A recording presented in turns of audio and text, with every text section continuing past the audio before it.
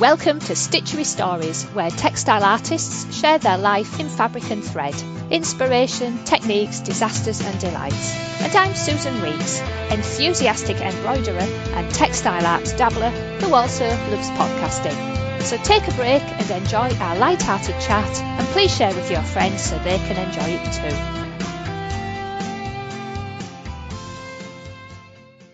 Hello and welcome today to our lovely guest, Shirley Smith.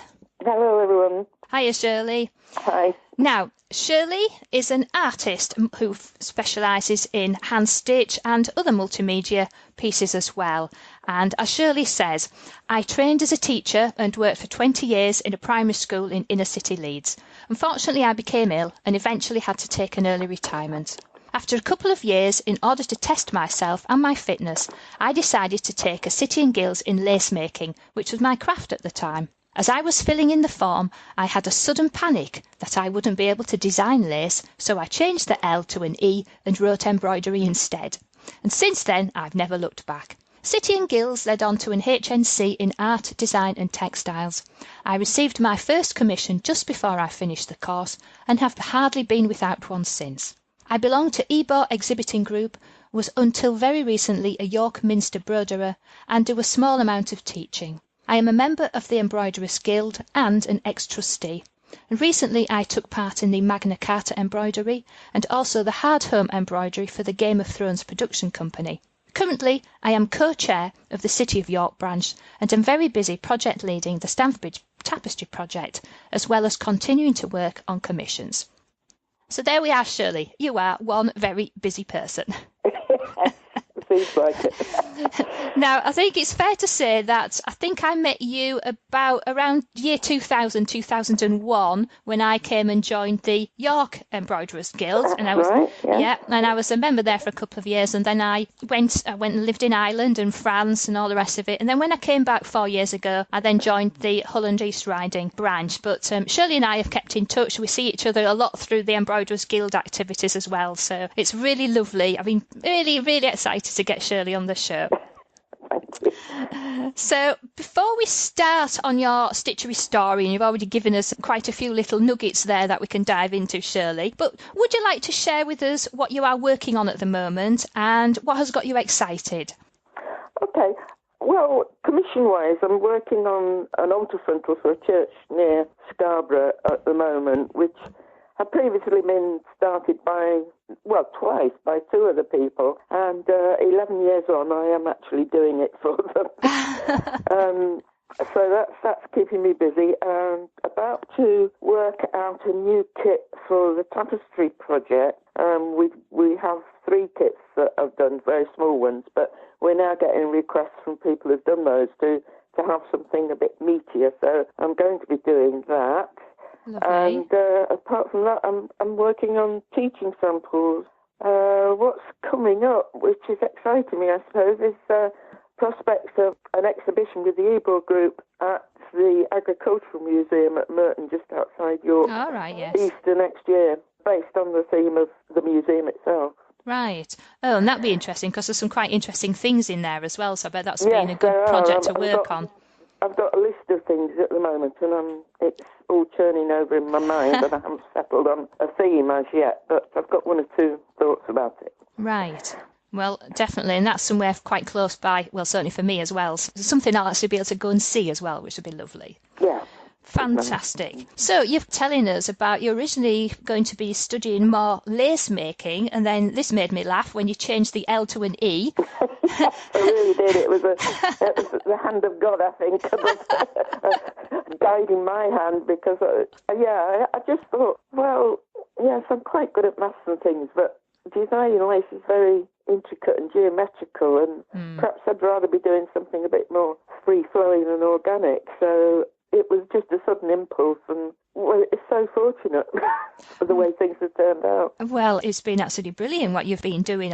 How did you first get interested in embroidery and textile art? Is it something you'd done before you'd got into lace making, and who taught you? What did you do? Well, I suppose as a child, and being an only one at that, I was very influenced by my relatives. My mother was always busy either making me clothes or knitting me sweaters, but despaired of me because she thought I could never follow instructions. My grandmother was quite a good needlewoman. My other grandmother was quite a good artist. And so I was surrounded by people who made things and did things. And I was the same. I was always making something, whether it was my Meccano or my Baker kit or pouring plaster Paris into little moulds and painting them, colouring books, and indeed embroidery. And that's where it all started. It's a very typical tale. It is a very typical tale, but it's not going to be in the future because it's not taught in schools. The younger generation don't have those skills to pass on. No, and I think that's really sad, and I know the Guild are pushing for more creativity. Say my son only did the last 2 years of primary school anyway, because we were living in France, where there was zero creativity, I have to say. But it certainly was a small amount of art in primary school. In secondary school, within the design technology, they did some textiles. He made a stuffed toy. That was always a classic, wasn't he? So he enjoyed doing that. And various other bits and pieces of kind of sewing. But it does get pushed aside. I remember doing stitching at school, both at primary school and indeed at grammar school for a couple of years. So I could make you a pair of pyjamas now. Yeah, well, we certainly did. In secondary school, we had...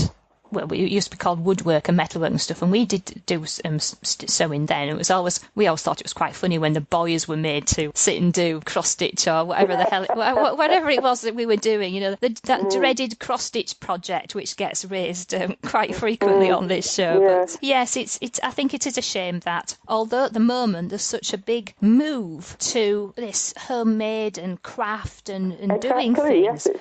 Yes, it's a real... very desirable. Yeah, absolutely. So there's a real gulf somewhere. It's almost as if people are picking it up as if it's a new thing again because there's been a generational gap where people haven't learned from their parents.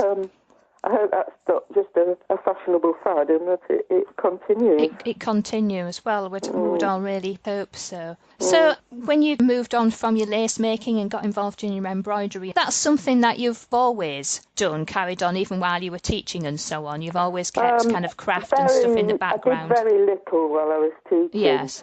Time, really. Although when I became ill, the one thing I did do was, it was at the height of cross-stitch revival. And there were masses of magazines and American magazines and some really nice patterns and kits out there.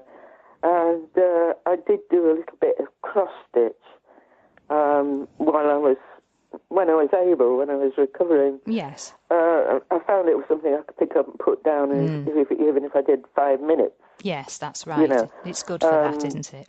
Yeah. So that's, I suppose, where I took it up again in that form. And that, too, is a common story, isn't it? Everybody starting with cross-stitch. Yes. I used to find, when I was a teenager, I used to go to jumble sales and find those kits that people had been bought and maybe got the wool out and maybe kind of did about 3 stitches and then thought, no, this isn't for me, and then put it in a jumble sale. So you could, for 10p or something, you could buy this 20 quid kit. It was like, whoa. So I used to quite enjoy doing those for just the point of view that I'd rescued them. And it was a bargain. Yeah, it's the one form of embroidery that seems to be really accessible.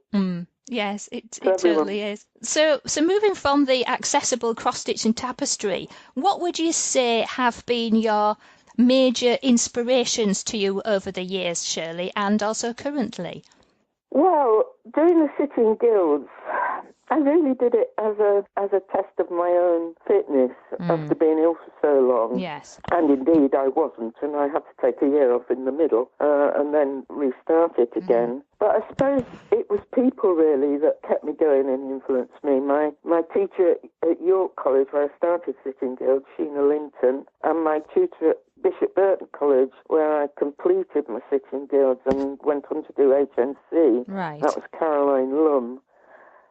But since I finished those studying, I suppose I have to credit Tracy Franklin when she left the Royal School and started off on her own. Yes. Before she set up Stitch Business. She was doing a lot of workshops, and City of York sort of employed her on a regular basis to get her going in a way. That's right, and that's where I first met Tracy, because she was one of my earlier guests. Yes, I did some white work, which I proudly finished it. Yes, I was very proud of that. We did a whole series of different techniques with Tracy, and that really got my interest going in sort of gold work and white work and black work and all the traditional sort of forms of embroidery. But then I suppose I've got two strings to my embroidery bow, because I don't just love traditional stitching. I find myself doing more and more of it. But being a member of the Ebor group, that's a more contemporary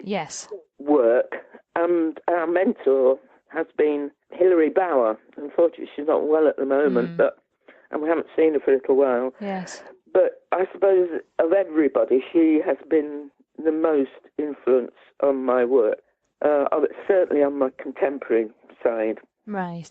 And I do remember seeing the exhibition, it must be a couple of years ago now, at the Beverley Art Gallery. And that's where I was saying I certainly saw some work of yours there incorporating stained glass. That was very interesting. Well, yes, this is what I sort of developed through my conversations with Hilary. I had done a stained glass course. I'm never happy unless I've got something in my hand to do something with, be it a soldering iron, a needle, a paintbrush, a pencil. I have to have something in my hand. Fabulous. I'd done this stained glass course at York College and wondered whether there was any possibility of combining that with my first love of the textile. Yes. And so I came up with this idea of using sheer fabric with plain glass front and back and allowing the light to come through, although you have to restrict the light. Daylight is too strong. Yes. And it takes out the colour from the fabric. So I do a lot of work using layering shears, hand embroidering on the top, mark making, a little bit of printing, trying to recreate my drawing marks from my sketchbook onto my embroidery. Right. And then, as I say, I sandwich that work in between two pieces of glass and either copper foil it or lead it to create a piece of work. It also overcomes the perpetual problem of framing a piece of embroidery. Yes. Do I put glass in it or do I not put glass in it? How do I display it? That's quite a sneaky way around it, actually, isn't it? Well, it works for me. Yeah, no, and it is. And my mum keeps saying to me, can I, for Christmas or something, can I get some of the pieces that you've done recently framed? And a couple of years ago, there's a fantastic framer in Hornsey who, it's a beautiful job. And I had quite a few pieces done that I'd accumulated. And the ones I've done the last couple of years have been for things like the Capability Brown exhibition and some of the Guild ones. And, what does it say? No framing, no glass, put it on an artist. That's right. Put it on an artist canvas. And she's kind of looking at me a bit perplexed, saying, but why have you sewn it onto that white canvas frame thing? Well, because that's what we have to do. And then it's light to post and easy to hang and uniform. And, but she still keeps saying to me now, can I get some stuff framed? No, it's all right, thank you. I don't need it framing. I've just sent in a piece for the page 17 yes, I did exhibitions for the Guild, which are going to be on display at the Knitting and Stitching shows, which had to be on a canvas. I can understand why. Yes. And the piece I had that you have a photograph of the swallows for the members' competition year before, 2016. 2016, yes. Yeah. That hadn't to be framed, but I have since framed it. Yes. Yeah. No, so that's a good point. It is, and it is a perennial problem to frame it or not to frame it. So at the Yes. moment, I've got piles not framed, all on artist canvas, because then I thought, oh, well, actually, if I sew them onto the canvas, that gets around that hideous stretching thing, which I really hate doing. I'm quite well practiced. Yes. Well, you've done some for me in the past as well. So we've kind of touched on your technique. So are there any kind of standout favourite techniques that you really like, Shirley? And why do you like them so much? I like gold work and stump work. Those were when I started my stitching guilds, those were the two things I was most looking forward to doing. I never actually got round to them because I finished part 1 stitching guilds. Stump work and gold work come in part 2. Right. And the college decided that it wasn't going to do stitching guilds anymore, and hence the reason I did the HNC. So I never did get tuition in gold work until I came across Tracy. Yes. But I've since done a lot at the Minster. Yes. Currently, my favourite is needle painting. Yes. And I'm teaching that a little bit at the moment. And I'm really enjoying making up samples of that. And now having done a course of straight needle painting tuition, I'm now teaching how to use silk shading or needle painting or long and short, whatever you wish to call it, in stump work. And then I'm going to do some classes on combining it with gold work. So I'm going to be needle painting for quite a while. Right, okay. But and I love the effects you can get with it. I suppose I quite like one side of me quite likes being able to reproduce things realistically. I've done a botanical art course. They work beautifully well. That, and it's along the same lines. Yes. So I like the detail and the fineness of it. And the piece that you did for the Magna Carta, that was shading, wasn't it? Jurist Edward Coke, the portrait, which I thought was phenomenally well done. And portraits and faces like that are very, I find, challenging. You know, they would be quite difficult. So I think that technique it did that just beautifully. So I shall look forward to seeing your and say the botanical work. Those botanical drawings, they come out beautifully as well, don't you, with the needle painting? So they do. Yeah. And so, we've touched on a couple of projects there and a number of things, but what would you say, Shirley, has been the high point of your art and embroidery journey so far? Well, I think you just touched on it there. The Magna Carta. Yes. And embroidery, commissioned by Cornelia Parker. The absolute highlight was going down to the view at the British Library. Yes. Meeting Cornelia Parker, having my photograph taken with her. Yes. And meeting a lot of the great and good there. Seeing my name on the board of contributors, sandwiched between fabulous Shirley Williams and Shami Chakrabarti was quite something. So, yes, it gave me a real buzz, did that. I'm not surprised. It was fantastic. Yes, and fantastic evening. That was such a high-profile thing, and it got a lot of attention, didn't it? It did, yes, it did. As did the Game of Thrones piece, of course. Yes. In a different way. I mean, a lot of young people saw that and related to that. Yes, and I thought that was really excellent for that very reason. So people who've seen it on telly would then be more interested to go and see a piece of art, and it's a massive piece of art, and get the interest from there and hopefully get inspired. And it's been around quite a lot of places as well now, hasn't it? Yes, it has. Yes. I think it's just been retired because it's quite a fragile piece, being so big, and I don't think it has travelled particularly well. And I saw something the other day that said it'd been retired. So. Right. Well, I'm glad because it was at the Knitting Stitching Show last year, and it was also at the one in Yorkshire that we had the Embroidery Skill exhibition. I've got the name of the place in Halifax. Oh, yes, Bagfield. That's it, yes. It was on display at the Bagfield. That's where I first saw it. That was a fantastic room where that was displayed. It was a fantastic room, and it was in there on its own, and it just dominated the whole room. It was absolutely wonderful. It was wonderful, yeah. And Shirley did the blue, can I call it a necklace, on the actual white locker itself. What was it? I don't know whether, I used to call it a pendant. But somebody said to me they thought it was probably a clasp for the cloak or something. Yes. So whatever, it was a piece of jewellery, and I was asked to make it bling.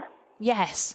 So if anybody has seen it but is wondering what we're talking about, so on the white marker, there is under his neck, there's this kind of pendant stroke, clasp stroke, necklace stroke thing that Shirley did, and it's fabulous in the shades of blue. That would have brought your goldwork skills into play there, Shirley. Yes, it did. It did indeed. I just I had no idea when I first got presented with this fuzzy shape on this dark blue piece of fabric how I was going to do it. I was asked to make it, as I say, glittery and OTT and raised. Yes. So I just started with the raising it, and then just made it up as I went along, really. Well, it was absolutely fantastic, and certainly a real, something that you would be very, very proud of being involved with there. So excellent. Yes, it has. It's given me both of those things have given me a great deal of confidence to go on. Yes, I should imagine they have, because both wonderful projects, and I think also the confidence to also help other people to develop their skills as well as your own. That's right, yeah. Yes, because I know you were always very generous with your time when I was at the when I was a member at the Embroidery Guild as well, helping people. So I like helping people. Yes. I really do get a kick out of it. Well, that's bringing the teacher back in again, isn't it? I think once you're in that mode of you like helping people, then you just do it anyway. It's part of you, isn't it? It is, yes. Right then, so moving on from how fantastic your high points are, have you got any stories to share with us, Shirley, of when something didn't possibly go quite as planned and was not a disaster, but maybe turned out that you didn't, in a way you didn't think, and more importantly, what did you learn from that? Well, it's not quite like that, but it is quite a good story. Good, I like those. I've been commissioned by Sam Smith's Brewery in Tadcaster. Yes. To make 3 ginormous wall hangings for a little brewery they own in Stamford in Lincolnshire. Right. And I had a deadline for that because there was going to be a big reopening event of this little brewery, and they put a cafe in, and these hangings were going to be in the cafe, and they were huge. And this I did just after I left college with the HNC, and the 3 pieces had actually been designed by my tutor there, but I executed her design. And they were massive. They were about 8 feet tall, something like that. 3 of them, as I say, and it was getting to within about 2 weeks of the deadline, and I started making them up, and they were very padded and soft and raised and like giant stump work, really. Yes. And they were very difficult to handle, and I had set up a sort of making up studio in a barn on the farm where I was living, because it was the only place that had a big enough drop to hang them. Lo and behold, coming down the steps of the barn, I fell. Oh, no. With a mug in my hand. Lacerated my arm badly and broke my elbow. With 10 days to go. Oh, no. Oh, dear. What did you do? Well, good old York Embroidery Guild. I sent out an SOS to all my friends in the branch, and they all came running. And I had work parties. Fantastic. I managed to make the tea. Yes, one-handed tea. And give instruction. And bless them, they finished them off for me, and the deadline was met. So that's my biggest disaster, but not quite in the way you No, but you reckon. As you say, an absolutely fantastic story, though. That's no,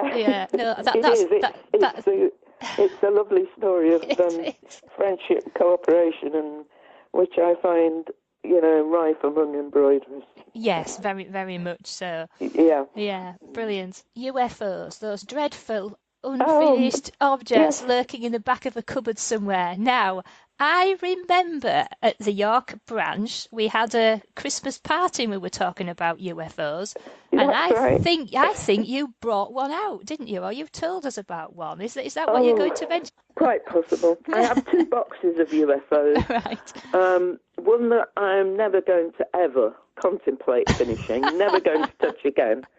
Things I have hated doing. And 1 box of UFOs that I would like to finish someday. Quite a few Tracy Franklin projects in there. Mm-hmm.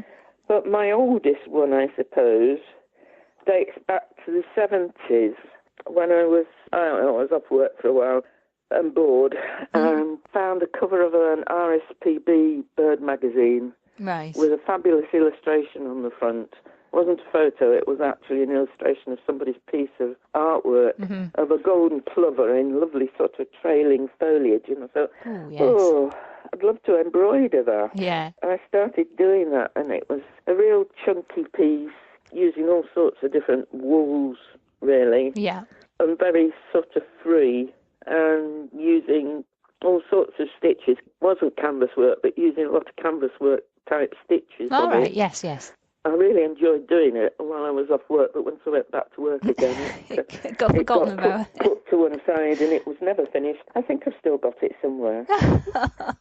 But I don't think I'll ever get around to finish it. I think I've moved on since then. Yes, and I'm sure if you did pick it up, and even if you did start on again, there would be such a definite difference in your style. Absolutely. Now. Yes, that it would be like two halves of a different bird almost, wouldn't it? So, because I had no tuition at that point, and I just did what I felt like, and I don't really do that anymore.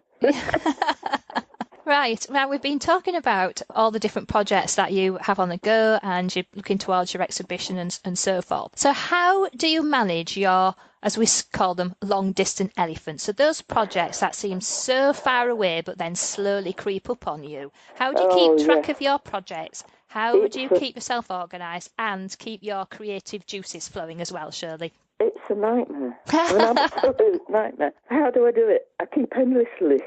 Yes. I keep a perpetual eye on my deadlines, although I try not to set them. But you can't avoid them sometimes. Things like the Embroidery exhibition has a set date. Deadline, so yes, you've got to do it. You've got to do it. But on the other hand, I've got commissions that I need to crack on with. I try not to set deadlines for commissions. I haven't set a deadline for finishing the Stamford Bridge tapestry. Yes. Which is always the question that crops up. When is it going to be finished? And then I say when it's done. Done, yes. We had that conversation with Heather, of course, yes. You can't really set deadlines when your workforce is a voluntary one. Yes. And, people have other things to do in their lives. But on a sort of regular basis, at the beginning of the week, I look at how much free time I've got, look at my priorities, look at what's coming up next that I really got to get a move on with, and plan what I'm going to do that week in order to fulfil those requirements. It's a really hard job to keep all the plates spinning. Yes. So roughly I try to work on my commission stuff during the day, and the more personal stuff in the evening, although if I'm working to an exhibition, I do that in the daytime as well. Yes. But I get really cross when I get a week where I'm going to be out a lot and I haven't got much time to stitch. I know the feeling. My stitching time at the moment is very small because obviously I've started this podcast, so not that I had any free time anyway, but I've managed to carve some time out to do this. But I think the thing that's suffering at the minute is my own stitching. I did finish off a piece. I did finish off a piece for the page 17, but I didn't do as much on that as I'd planned and intended. But it's like deadline's looming. Just get it in the post. Never mind. You've contributed and you've taken part. Excellent. So. That's important. I think taking part. Yeah. Yes, and that's one of the things I've really enjoyed about the Guild recently is the opportunity to take part and do things. And more opportunities coming up, I believe. So. Yes, well, I think that's really exciting. So that just kind of leads into our talking of future plans, and you've already kind of mentioned the things that you're on the go at the moment, I suppose. Well, the Embroidery exhibition. Yes. I went to meet someone yesterday with the opportunity of creating a banner for the Freemen of York, which I think will come off providing they accept my quote. And future big things coming up for the Guild. I believe it's the anniversary of the sailing of the Mayflower, and there's going to be a project based on that. Oh, that'd be interesting. I want to enter the members' competition again. I'd really like to enter underfoot next year, but I don't know whether I'll have the time to complete the piece that I've started for that, which is mainly stunt work. Right, yes, because of course you did very well in 2016, didn't you, with the runner-up for the Beryl Dean Award for Hand Embroidery with those gorgeous little house martins, swallows? The swallows, Yes. Yeah. Looking through, I think, was the looking subject, through, yes, that's right, and they definitely were. So yes, and then of course there's the tapestry that takes up a lot of my time, and I envisage it going on for at least another couple of years. Yes. And I think we're about halfway through now, and that takes up a lot of time because it involves taking it out and giving talks and yes, there is a lot of that, isn't there? So. Exhibitions and all that sort of thing. So that is taking up an awful lot of time. Well, do you know what? It's just so great to see the work that you're doing, and certainly, you know, when I was speaking with Heather about the Stamford Bridge tapestry as well, how lovely that has taken off so well as well. Yeah, so, I'm thrilled with it. I really enjoy working on community projects. Yes. It's really fulfilling. Yes, and that's gained a lot of momentum as well, hasn't it? That's gained a lot of mentions. Yes, absolutely. That it would become. No, I don't think anybody did really, but that's just brilliant. So basically, as we wrap up, thank you very much, Shirley, for sharing your Stitchery story with us today. It really has been fascinating, and certainly the story about the changing the L to an E is a classic, as is what happened when you broke your elbow as well. Yeah, so they were just both absolutely wonderful stories, and well, everything's been really very fascinating. Normally at this point, I would point out where people can find your work and see websites and so on. Now, I've got some pictures of the work that we've been talking about. They'll be on the Stitchery Stories episode. And really, I think the best way to contact you is that through your email? Yes, it will be through my email. I occasionally put up work on my Facebook page, but it's a personal Facebook page. It's not a business one. Yes. I once started a blog, but I just don't have time to keep it up. Yes. Really, I'm very low profile on the internet, but I am here and I am stitching instead. Yeah, well, that's true. Yes, and you've given us some wonderful stories as well. So we'll put Shirley's email address in the show note. You are very well known in the region anyway. That's pretty good. So that's all been absolutely fantastic, Shirley. I've really, really enjoyed speaking to you. And I've enjoyed chatting with you too. Susan. Excellent. And I'm also looking forward to seeing you in October, because you're coming to our little group in Hull branch to come and talk to us about Bayer Stitch. So that'll be something we're all looking forward to as well. Bayer Stitch. Yes. They're all quite excited, because with us being such a small group, we don't really get many workshops and speakers and things. So no. Yeah. So this is a real highlight for us, I have to say. It'll be a joy to come and visit you. And it'll be a joy to see you as well. So all in all, Shirley, thank you very much for your time today. I'm sure everyone will be absolutely fascinated in the stories that you've told with us today, and we're all looking forward to seeing the future work from you, and certainly with your expedition with the EBA group next year. So thank you very much. Thank you. If you liked this episode and want to hear more, then please join the Stitchery Stories fan club so you can get an email when a new episode is released. It's a quick and easy way of listening and of keeping up with any news and offers from our lovely guests. Please visit stitcherystories.com to join the fan club. Of course, if you have iTunes, then subscribe there to automatically get new episodes, and why not leave us a review and rating whilst you are there. So that is the end of our Stitchery story for today. So keep stitching, keep smiling, and keep creating your very own Stitchery stories.